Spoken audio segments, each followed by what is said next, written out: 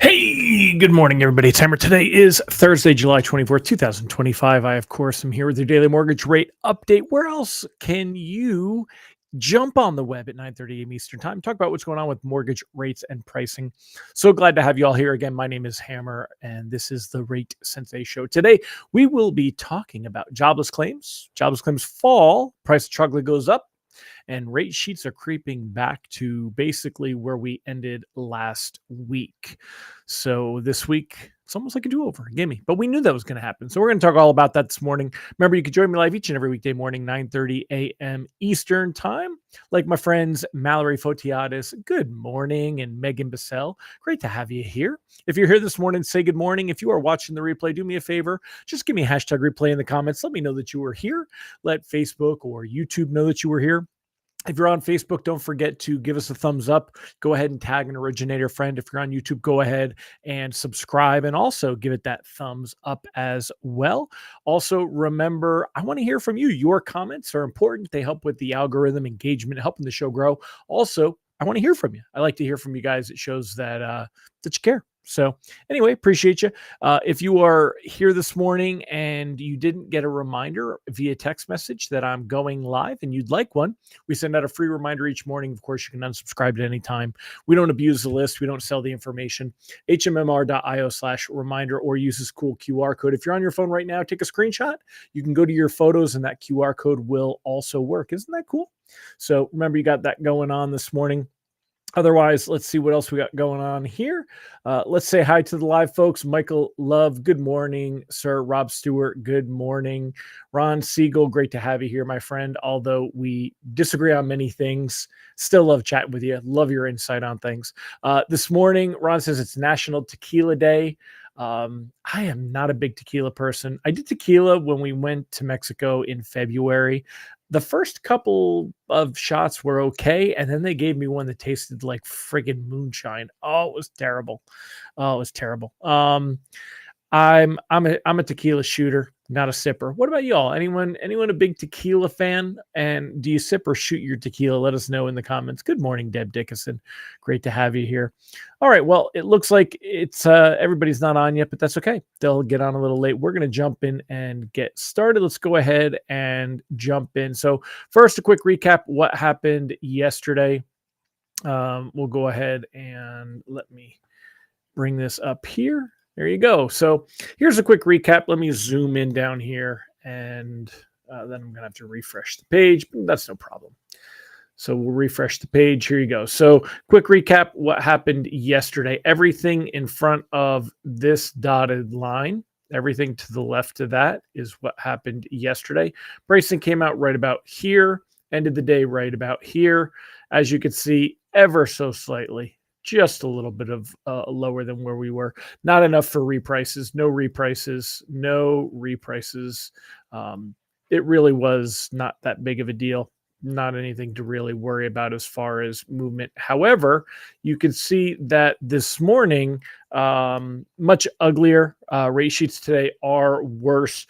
And you can see that that is due to everything we are seeing here this morning. So right here, overnight trading, we had a bit of a downward drop. Remember, down gives us a frown. Okay, that's bad for mortgage rates and pricing when we're down. And then jobless claims came out right here. And jobless claims, you can see here, weekly jobless claims unexpectedly fall. The number of Americans filing new applications for jobless claims unexpectedly fell last week, pointing to stable labor market conditions. Though sluggish hiring is making it harder for many laid off workers to land new opportunities. Now, why is this a big deal? Why are markets reacting to this? Part of it is because of the Fed's dual mandate about price stability and maximizing employment. If there's no weakness in labor market, there's no reason to cut rates. But the other part of it is just what this means to the economy. So initial claims for the state of unemployment benefits dropped 4,000 to a seasonally adjusted 217,000 for the week ended July 19th. Economists they forecast 226,000. So it came in lower than expected. And I'm curious, I should find something that checks a week over week, but Not seeing a huge drop in employment numbers here. So that's kind of the thing. Continuing, let's look continuing claims though. Claims have tended to increase in July, in part related to annual closures of motor vehicle assembly plants. But where are continuing claims? Let's see. Do they mention continuing claims here yet? Command F. Command F. Nope, that's not what I wanted. What the heck did that do? I don't know. I want Command F. I want to find it. Is it Control F? No, I don't know. Anyway, continuing claims. Looking for continuing claims here. Blah blah blah.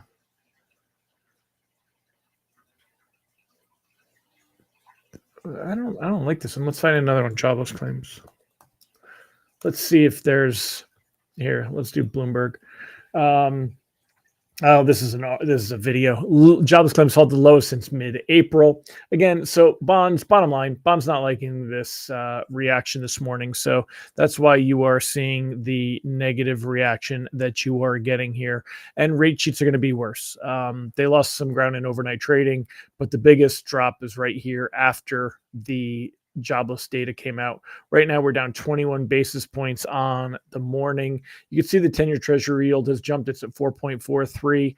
If we take a look here yesterday, it was at 4.38. So we've seen this go up, and that's not good.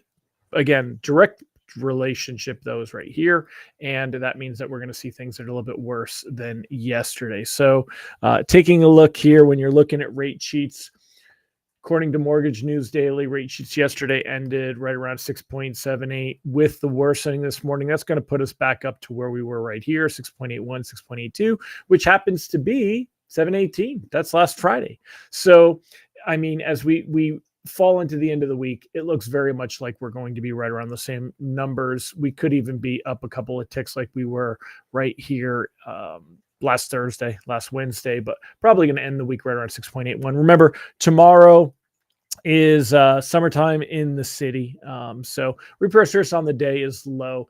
It's not likely we're going to see bonds that are going to get much worse than this level. Let me move this over. Now I got to creep this up. Come on. No, I didn't want that. I want to grab. There we go. Okay. I'll get this where I want it. Yeah, don't y'all worry. We also got to shrink it down because now it's way too big to see. Okay. And the left side. Shake it to the left, shake it to the right. There we go. So taking a look here, you could see that after we had a nice little, remember this is Monday, here's Tuesday, here's Wednesday. So Tuesday was our best day right here. And since then, we're losing ground and we're falling back to where we were last week. So this nice little uptick is definitely over. We weren't ready to throw in the towel on yesterday's red candlestick, but seeing 2 days like this, that puts you in a position that with loans closing the next couple of weeks, you either are gambling into next week's jobs data, BLS jobs data, and the Fed meeting, right? Which I'm open to. I would be open to that. But if you're looking to lock, I mean, we could start the day cautiously floating. We want to see if we get any kind of recovery because we could get a recovery. Bonds are drifting. We could see them recover on the day, and it's not likely that they are going to get worse. So we could, let's hold off from locking anything. Don't panic lock anything yet this morning. If we don't see improvement by the end of the day, we may see bonds drift lower tomorrow.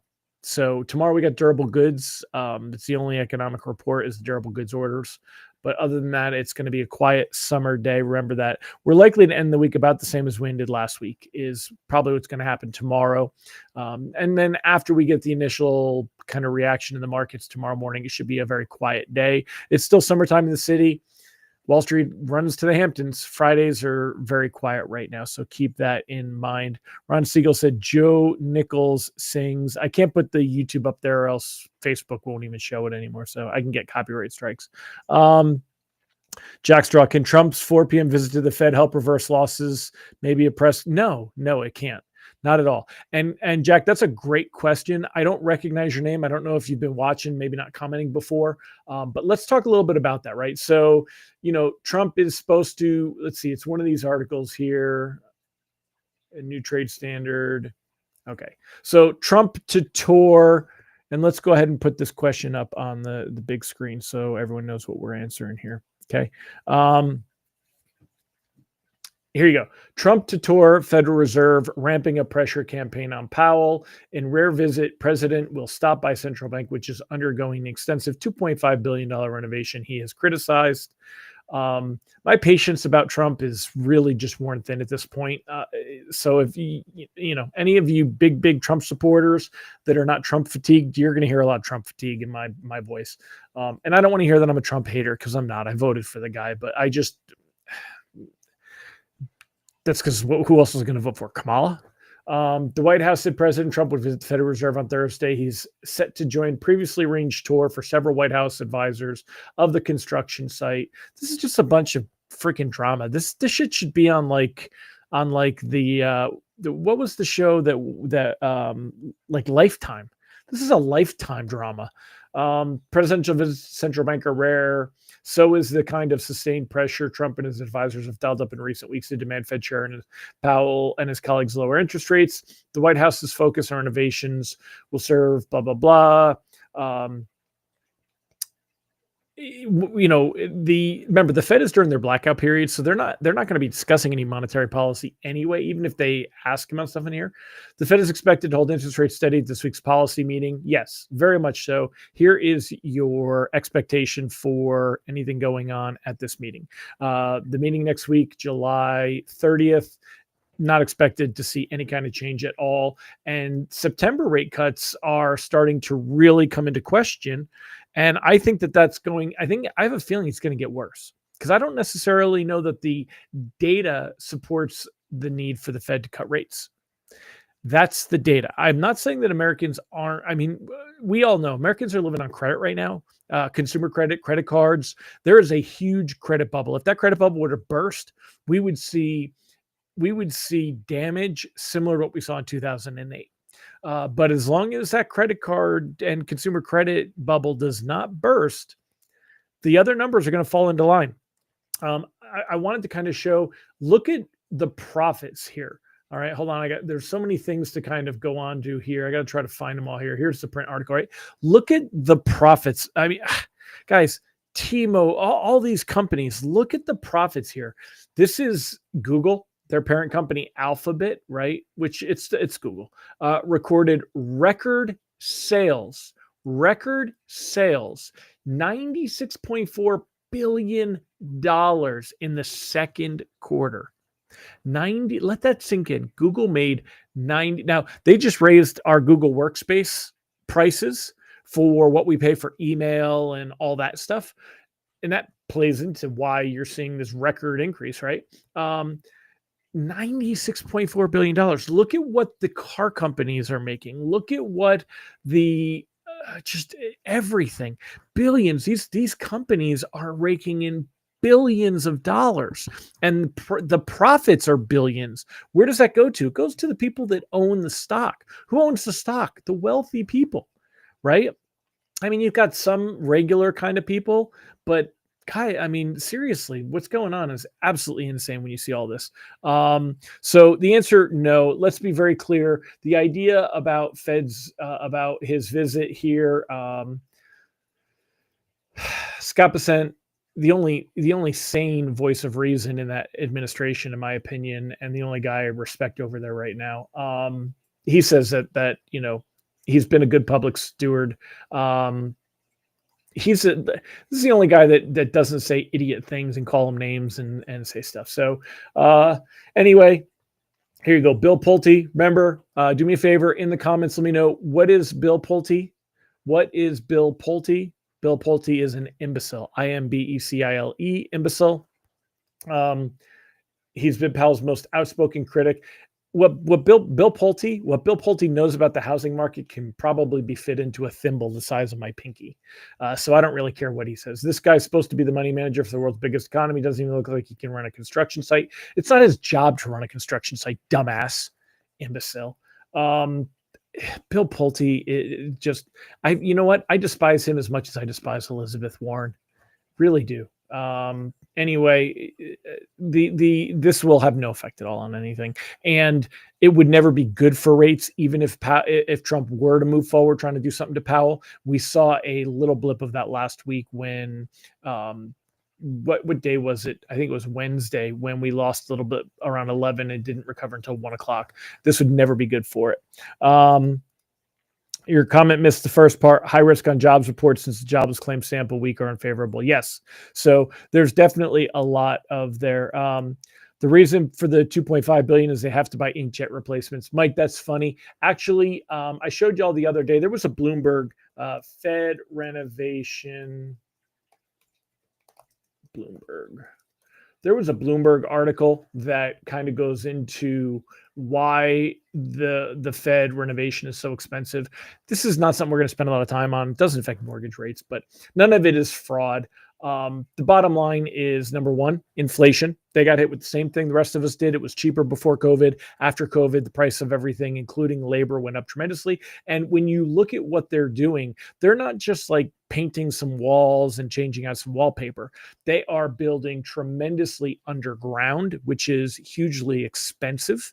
And that's why it takes years. It's what they're doing. They're in Washington, they can't build up, so they're building down. And what's going on? Does it need to be done? Not my department. And there's government departments that have handled all this. Is there any fraud? All of this is just a bunch of drama. I don't know. Maybe it is to push away light from the Epstein lists. I don't know. Who the heck knows? So, but this is all that. It's my old YouTube handle. Name is Shane. Hey, Shane. Good to have you here, sir.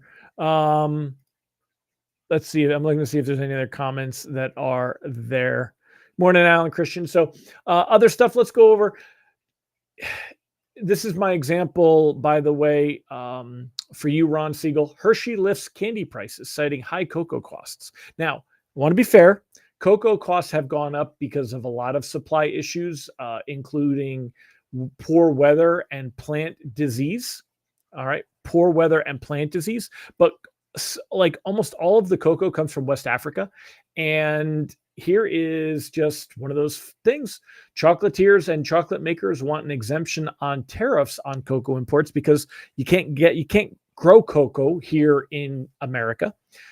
So, you know, this is my point of there's a tariff of at least 10% on all this stuff. And yes, it coordinates with stuff like this. Prices go up. That's called inflation.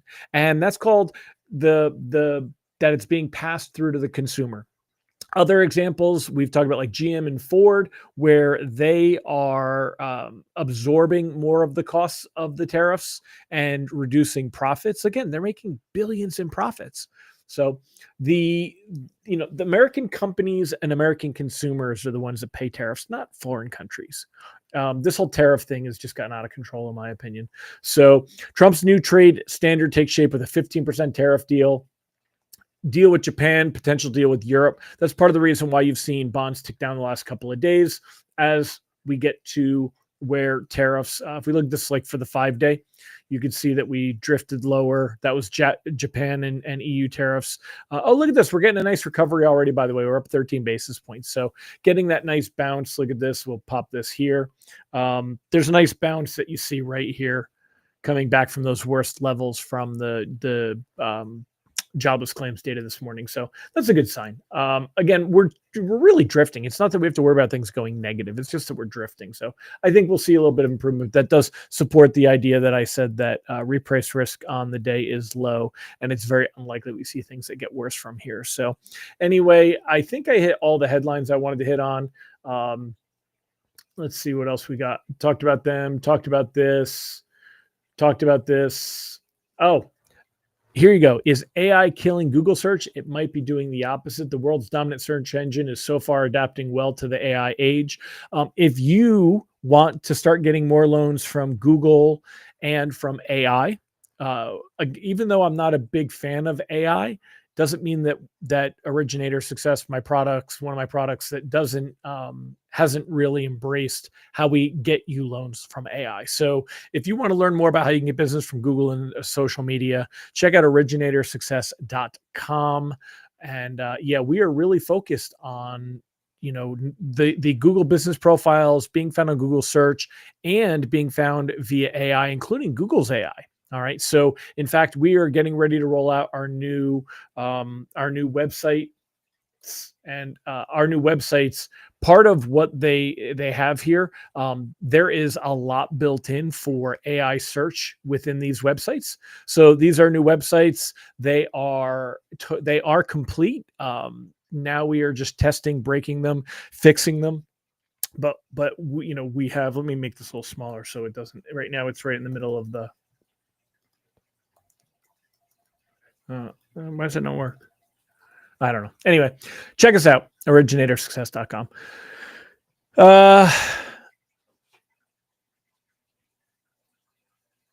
Sean, saw a lender using AI underwriting. If the AI makes mistakes, they self-fund it. That's going to be interesting.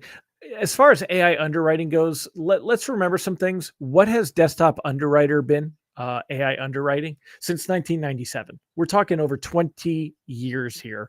That what is this?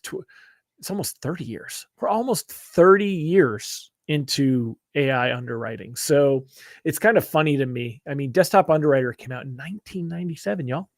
Ron said cocoa prices are down. Where is the inflation? Cocoa prices are. Ooh, you look at you being all kicking my ass on that.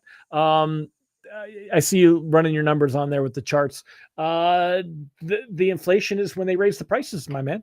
And cocoa prices are down from some of the things you said, but they're also up tremendously. They're as quoted into the articles here, right? They say after soaring to over 12,000 a metric ton in December, cocoa prices have fallen to around 8,100. So there's your drop. However, still far above historical levels. That's where your inflation is. Still far above historical levels.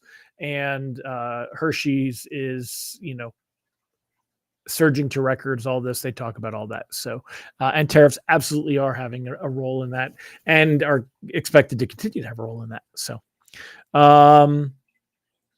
right, Laura, have you been around? Congrats. Hats off to you. Remember when DU and LP came out? I will admit I was in the business 2000, so it already was out. But wow, but like all this stuff that we talk about is AI. That's like the whole Delta using AI, Delta AI pricing, right? So here's the article. Delta's using AI pricing to dynamically change pricing based on you and your behavior and what you're willing to pay and that kind of a thing. So a sucker like me that buys first class tickets, probably going to pay more. But the way you get around this, VPN, incognito windows, not an incognito window by itself is not enough. You need a VPN. You got to change your location on where you're from, not use the same IP, right? VPN. That's one of the reasons that I use ExpressVPN, is because I use it when I'm traveling. So when I access almost anything, including my banking, they can get in and monitor all that data. I don't like all that stuff. So VPN, incognito windows, but this stuff's been happening for forever. Delta changes your prices whenever you start searching, and especially if you're signed in. They change their prices if they see you not buy but come back and not buy and come back. They'll raise their prices because they know that you're going to get you're definitely buying something, and that if you see prices going up, you're more likely to just buy it before it gets worse. So they've been doing this stuff for forever. Randy said, how I really feel. Yeah. Hey, me, Randy, you're getting 100% of the truth on how I feel from day to day. Tariffs might be a great cover for increasing prices to increase profit. It shows prices down. What is the other purpose for raising prices? Corporate profit. I agree, but again, who's paying we've look at Wall Street Journal, look at profit numbers dropping for this. So I don't agree with your thinking on everything. It could be on a couple of things, but not on all of it. So anyway, my friends, that kind of sums it up for the day. I don't know. Should I stay on task a little bit more? You guys tell me the numbers here. There's 33 of you on. I got to go back and look at the analytics. Randy said, my son is lean engineer and a factory reset at Tropicana to reduce bottle size to offset tariff costs. There you go. Yeah. Isn't that crazy? And they've done that on so many products where, remember, it used to be a pound of bacon. Now it's less than a pound. Most bacon packages are less than a pound.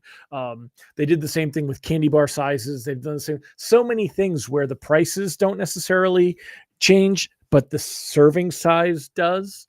Which the only good thing is like, say, Tropicana, it's all sugar. The only good thing is it's all sugar, and you should be drinking less of it anyway. But Jay Rodriguez, good morning, sir. All right. Well, great to have all of you here. Thank you again for joining me. Appreciate you. Tomorrow's going to be a quiet day. I anticipate we'll see where things go, and I'll see you then. Take care, everybody. Make it a great one. Bye-bye.